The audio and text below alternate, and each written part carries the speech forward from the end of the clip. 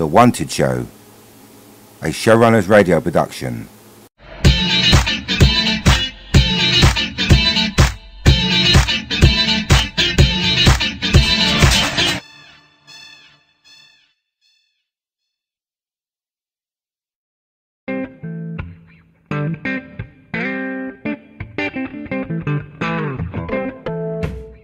Hi guys, I'm Robbie Doran. Welcome to The Wanted Show.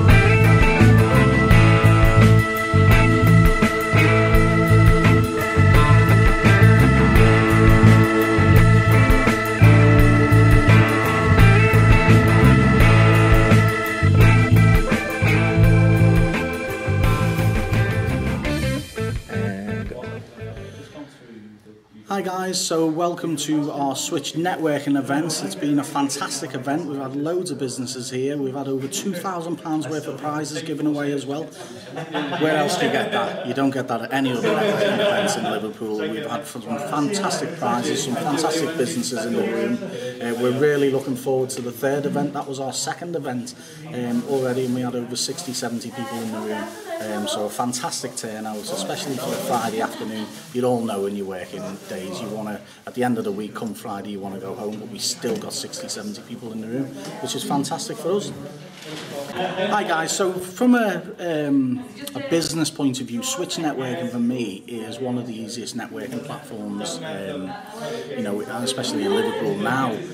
You have a lot of other networking groups out there, and some of them are charging pretty much astonishing fees, you know, to be involved or be a member and part of that group. Well, Switch, we're not about that. It's about just networking. That's why it's a non-profit CIC company, a community interest company. We've opened this and started Switch so that you, the networkers, just come here for the right reasons. That's all we're about. Just come here, do the network and make the relationships, get to know the people in Liverpool, the businesses in Liverpool you really want to know, and, you know, come here for the right reasons without that stress and pressure of, I paid that much money, I want to, you know, I need to get so much out of it. Well, that's not right. That's not the right way to network. We want you to come here, enjoy coming here. That's why we have so many prizes given out. That's why we make it a bit more fun, so that, you know, you come and see your business family when you come to a Switch event, and you come to a Switch networking group as well. You see them people each week, you know, you come and get involved, but they become your business family, and that's what networking is about. I'm Laura Richardson, and I'm representing 62 Castle Street today. As we're all aware, with recession and dips in economy, it's for my age bracket, 18 to 25, there's no work or lack thereof, and basically doing things like Switch networking, you know, coming out, that's how I started, and it's, you know, as we've discussed with showrunners, opportunity doesn't knock on your door, you need to go knock on opportunity's door. be cheeky, I'm originally from Sunderland, and my favourite saying is "shy bairns get nabbed," which basically means if you don't ask for it, you won't get it. But it's, you know, it's about taking your skill set, your core skills, looking at them and seeing how you can apply that to, you know, the world of business. You know, at the end of the day, I work in hospitality, but that doesn't necessarily mean I have to be a waitress or a barman. Not that there's anything wrong with that, because I know the most fabulous waitresses and barmen in Liverpool. But there's so much that goes on behind scenes. Basically, 62 Castle Street is a one-stop shop when it comes to a venue. You've got your restaurant, it's fine dine. On Castle Street itself, we've got a lot of world cuisine. You know, you've got your names, you've got San Carlos, you've got Viva Brazil, you've got the Olive Press. We're specifically more kind of a classic English with a bit of a French twist. It's great for couples, it's great for, you know, if you want to go somewhere that's a little more relaxed, laid back, but also has that classic baroque feel to it. Drinks fabulous. Well, what about like the collaboration? Because you were saying that because as a one-stop shop, it has everything, but it doesn't have this, and you hope to work with other companies. Yeah. For the same Well, my plan for 2013 is we're a wedding venue. Bride walks in the door and she can get married in our Castle Suite. She can have her breakfast dinner in a merchant's bar and restaurant. She can have a private dining area with a buffet in the mezzanine, and she can have a DJ and a party in the evening. However, when it comes to the finer details of a wedding, my aim is basically to build up that supplier network. You know, florists, wedding dresses, everything to like table fancies, because, you know, keeping business thriving in Liverpool is important, and, you know, getting people to work together. So, you know, who'd have thought that hopefully within the next 2 weeks I'm going to be going knocking on someone's door who can, you know, set up a DJ set or lighting. So tell me, they're important as aspects of a wedding party. Well, how important is an event like this that we're at today, like a Switch Network? How important is an event like this for small businesses? For small businesses, Switch Networking is a fabulous idea, especially the logistics behind it. I mean, networking essentially, it is daunting going somewhere where you don't know anyone and speaking to them. So because everyone's being asked to do the same thing, I mean, I've met data analysis, I've met an architect, I've met a dentist. There's a whole range of people who I can, once I've spoken to them, see that there is scope to work with them in the future, so we can develop both of our businesses, PR-wise and sales-wise. The Wanted show, I mean, could you see like there being a market for a show like this? Absolutely. You know, it feeds into everything business-wise. You know, it's about speaking, it's about communicating, it's about scratching people's backs and they'll scratch yours back. And again, it's raising awareness, it's raising profile, which, you know, if you don't speak about yourself and you don't tell people about you, then no one will know about you, and that's where communication starts. I am one of the operators of Cafe Cream of New Brighton. We're a local independent family-run business, a coffee shop which focuses on local ingredients, and we do a mean homemade ice cream. Now, don't be shy, Justin, because at first I did think you were just one business, but you actually have three. So how did that happen? I mean, for our audience, can you just give us a bit of an idea how that came about? Yeah, well, my dad started the company. He's been in business for around 35 years. There you go. Doing a number of catering establishments. Around 10 years ago, we started with our first kind of coffee shop outlet, and obviously as opportunities have arisen, we've taken them to kind of expand into coffee or whichever kind of product suits each location. We operate essentially a group of boutique coffee shops and ice cream parlors. Well, I mean, you know, you use the word boutique, which is interesting because, I mean, like, you know, how does the person say, hey, I want to make ice cream? Well, I guess it's similar to the story that how we started Cafe Cream in New Brighton. We'd initially signed up to be a coffee shop and were the first tenants to sign up for the new development. About 3 months down the line, we'd found that Starbucks had also joined the development, and obviously, as good as we are, we're going to find it difficult to compete with the Starbucks. So we had to come up with a USP. We figured what sells well in the, on a kind of resort, promenade area. We figured either fish or chips or ice cream, and we chose ice cream. So we went over to Italy, learned how to make it, imported all the equipment to produce the ice cream, and all the display cabinets and stuff, which we made for us bespoke in Italy and sent over. And we brought over a very authentic product as well, which we gave a nice kind of twist for British sensibilities. What do you think about a show like this, and how important would a show like this be, do you think? Fantastic. Anything that can kind of raise awareness and that can kind of allow people to see the greater spectrum of the variety of jobs that are out there. I think sometimes it can be, it's possible to kind of feel pigeonholed into one aspect of employment, and sometimes it can be difficult to break away from that and to kind of realise that there are opportunities out there to develop yourself personally and in your kind of sense of your employability, and to gain more transferable skills that make you a much more viable employment option in the future. I'm actually a serving police officer in London, 23 years for my sins. Currently a business owner with a utility warehouse discount club. Essentially, I'm a small franchise owner. So, what does it do? I mean, because I heard you had a conversation over there about direct marketing, and we had a conversation about pyramid schemes. Absolutely. So just give us kind of like break the mythos here on what. Absolutely. When we first hear of your company, we might think it's one thing, but what does it do? Absolutely. There's lots of different names for the type of business we run. We're word of mouth marketing. Some people would call that direct selling. Some would be called multi-level marketing. In the bad old days, it would be called pyramid selling. Absolutely nothing to do with ourselves. They're actually illegal. I've already mentioned my job as a police officer. We have any business we're involved in is thoroughly vetted. We're a top PLC, FTSE top 250 company. We further our route to market is through word of mouth, because it means we save on advertising. It also means that we can pass those savings on to customers and pay distributors, small business owners, which I am, and essentially a franchisee. They can pay me a quite healthy commission as well. Now, when you first said it to me, you ran off a bit of things you do, like energy, Yes. Can you just give us that little run-off? Essential services. There are lots of network marketing companies out there. Many of them promote pills, potions, creams. Like alchemy. You know the type of thing. Exactly. We provide essential services. The great thing about our marketplace is everybody uses our services. So I'm talking gas, electric, home phone, broadband, mobile phone. I like to compare us, if you took probably one of the biggest and most popular franchises out there, say Subway or McDonald's, in a straw poll of maybe members of 100 members in this room, you may find 5 people who've had a Subway or McDonald's today. But I can bet everybody would put their hand up and say they've used electric, gas, home phone, broadband or a mobile. So, how did you think about, is this your first trip down for the Switch Networking, and how did you think about today's event? I've come along to support one of my colleagues, one of my team. We have quite an extensive team across the country. I've been involved in networking for a few years. It works very well. It's about making friends, it's about establishing a rapport with people. It's not about selling. The selling comes afterwards, because we do business with people we know, like and trust.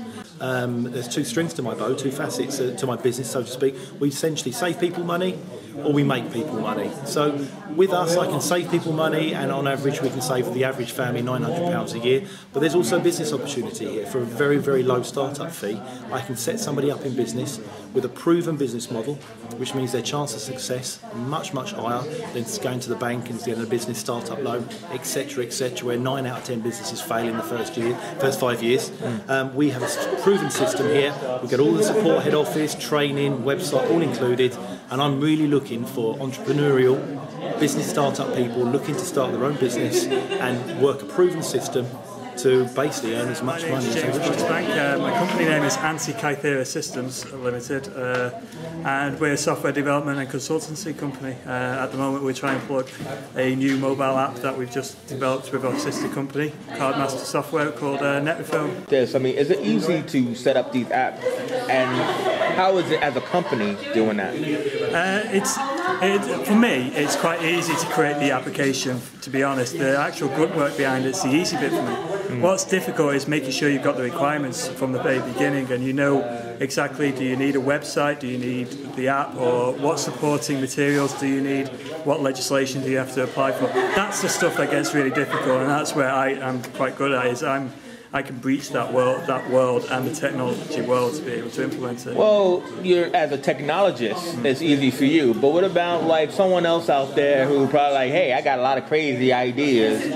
Maybe I should set up my own app. Is it easy to do? That's what I mean. No, I mean, for your layman with no computer programming experience at all, it's not. I mean, you have to have some. There's tools available out there to make it easier if you know how to code a website or anything like that. It is actually a lot easier now than it was, but you still need that technical nous on your head.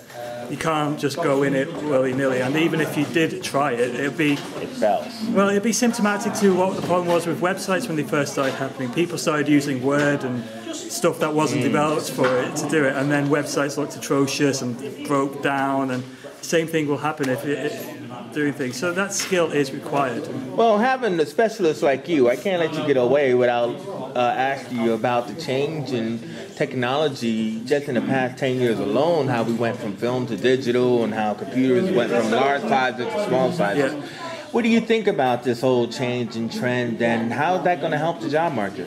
Well, technology is always going to be changing. It never really stays settled. And from where we were a decade ago to where we are now, we've gone through several things. I mean, we've gone through a period where phones used to be massive and then they shrunk down, and then now they're turning big again. They're no longer devices anymore. How that's helping work people is it's making things a lot easier for people to find. If they're out in the marketplace, or they're walking around and they're trying to find a sale or a referral or a job somewhere going around it, or they get inspiration, they don't no longer have to wait till they get home. I mean, the fact that most of the market internet traffic these days is almost 60% of it is from mobile devices. It goes to show that what was very much a geeky subject is now coming very much into the forefront of what people are doing, and it's changed the way that work has gone on, and it's changed things for employers as well. I mean, the way employers now have to look at technology and see, are my staff happy? I mean, if my staff aren't happy, what are they going to be putting on Facebook, or what are they doing on that, or what mobile devices have I given them? Will I give them access? Loads of things have to sort of do, but we as a country still seem about 5 years behind everything that's going on with that. Well, earlier you pulled out your mobile phone like it was a Swiss Army knife. Yeah. You know, where it's kind of like I can find anything on my phone if I got an app for it and all that kind of stuff. And is that what like your company does? Because like you were saying about, I mean, it's not just this one thing. It's like the very different technical things. Yeah, that I mean, you know, when you're designing an app, I mean, as you said, a phone these days, I don't really like to call them phones. I call them devices because they're so, you know, you pull it out, you've got your calendar, you've got your word processor, you've got a video camera, you got all of this stuff all in one device. It's kind of like, it is crazy. But what I do as a company and professionally is I try and make it, if somebody has an idea for an app like that, I try and make it easy for them to sort of like come on board and hopefully not bog them down with the technical details, just give them the straightforward yes, no, that might work, this won't work.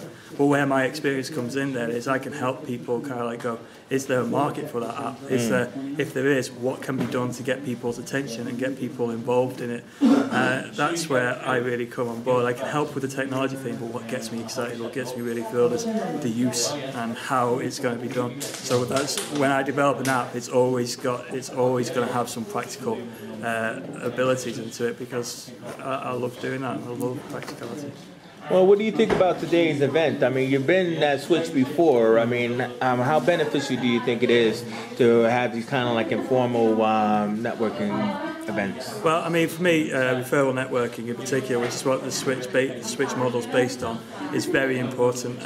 The computer industry in particular is synonymous with bad examples of people dealing with them in the past. This has been down to, I mean, it's been down to both parties, people taking up custom and haven't been happy, and vice versa. And referral networking allows people to get to know people. And once you know somebody, you've got that trust enveloped to them. And from the customer's standpoint, they feel that they trust the supplier. And from the supplier standpoint, they're like, I can't let that customer down. And so it's so important to get this face-to-face contact time. And I think what Switch is doing, the importance about where it's hitting and the markets it's trying to hit and getting into is so important. And the fact that they are freely, openly making other networking events sort of like open and letting people know about it, it's very community focused, and I love that. How important do you think a show like this could be in the general social media market? Well, I think it's so important. I think it's very important. I mean, what people have to realise now is that we're watching TV synonymous with, you've got your Big Brother, you've got all these things. What people don't realise yet is that each individual person, me, you, Mike over there, everyone is their own sole content generator. The stories they tell, the experiences they have. And I think that entertainment is going to go in a way, in a form where people are more and more people are podcasting now, more and more people are doing social videos. And so, yeah, the whole social side of things is great. And what you're doing in showrunners and trying to open that up to the community, getting people on board, it's a endeavour that I'm looking forward to seeing how it turns out, because it fits in if it's on a computer, I'm happy. But anything to do with technology, and I do love what you guys are doing. It's something that I'm quite eager. I've been trying to set up my own podcast for ages, but yeah, well, you always could create a show, not a channel. Yeah, well, that's exactly. I don't think I'm big enough for that yet. All right, well, thank you very much. Okay, guys, so there's just a few of the businesses that are involved Switch or are visiting Switch, and as you can see, quite passionate people. There's a load of businesses out there, and this is what Switch is about, isn't it? See these guys coming to our event, wanting to get involved.